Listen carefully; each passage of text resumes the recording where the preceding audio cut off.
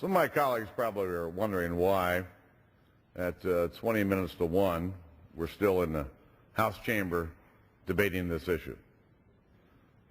I think all of us understand that there's a difference over the amount of money being appropriated in this bill and what's being allocated to all of the appropriation bills. If we go back and review the bidding on the spending levels over the course of this year, we spent an additional $6 billion in the CR back in February.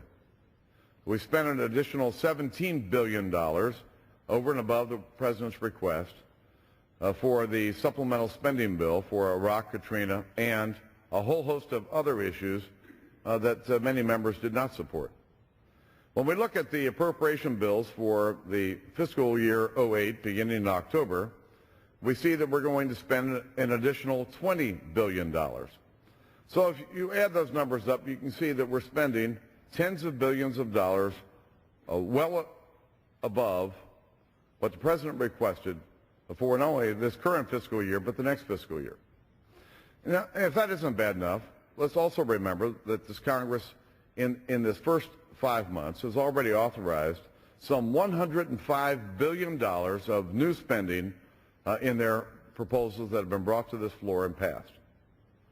And so for many of us, at some point we have to say enough is enough when it comes to spending. The second issue involves the transparency and accountability with regard to earmarks. Last year I went through hell and high water to put into effect an earmark reform proposal that dealt with appropriation bills, dealt with authorization bills, and dealt with tax bills. It required full disclosure, it required names to be attached, and it allowed members of this House, both on the floor of this House, whether an appropriation bill or authorization bill or tax bill, or a conference report with regard to an appropriation bill, tax bill, or authorization bill, to move under a point of order or to strike that amount of money. There are 435 of us in this chamber who are well equipped to deal with bringing the accountability into this process that all of us want. The Democrat majority in January, when they adopted their rules, gutted the earmark reform proposal that we put into effect last year, while at the same time saying that they were making it stronger.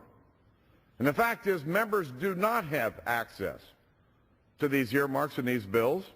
We've all heard the stories tonight about what the chairman expects to do after we pass the appropriation bills with these slush funds included in them, secret slush funds, which will later be allocated based on the decision of one person, one of the 535 of us. It's not right, and the gentleman from Wisconsin knows it's not right. Now, the gentleman from Wisconsin says we haven't had time to do this. I can tell the gentleman from Wisconsin that over the last 3.5 months, we've done, as he's often said, posed for holy pictures over the fight over funding our troops in Iraq and Afghanistan and around the world. We have plenty of time to look at those earmarks, but we didn't do it because we were busy posing for holy pictures. Now, I can tell the gentleman that to bring a bill forward with no earmarks in it, with a promise that you'll all see them later, is not good enough. And I think the members on our side of the aisle want real disclosure, want real transparency, and I think what the American people want most is real accountability. Now let me get to the last issue. For six years, the gentleman from Wisconsin had the 10 o'clock rule. When we were doing appropriation bills, the majority on our side was not allowed to work after 10 o'clock. Now, I happen to agree with the gentleman from Wisconsin because I think working after 10 o'clock is not in the best interest of our nation. And for 9 out of the 10 times that we tried to work after 10 o'clock at night, my colleague from Wisconsin refused to operate after 10 o'clock and threatened all of us that if we worked after 10 o'clock, we'd have all of these procedural motions and motions to rise, and we wouldn't be here. Now, I told the gentleman, I agree with the gentleman from Wisconsin.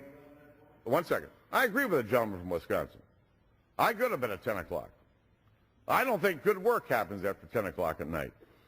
And so what I told the majority earlier today is that we weren't going to have to work after 10 o'clock tonight because we were going to impose the Obie rule on the institution. And I'd be happy to yield to my colleague from Wisconsin. I thank the gentleman. Let me point out that there's one critical difference between last year and tonight. Last year, you agreed that we would shut down at 10 o'clock because we agreed to put time limits on all of the amendments so that we could finish the bills. And I cooperated procedurally so that you could move every single bill through the House, even though I disagreed with some of them.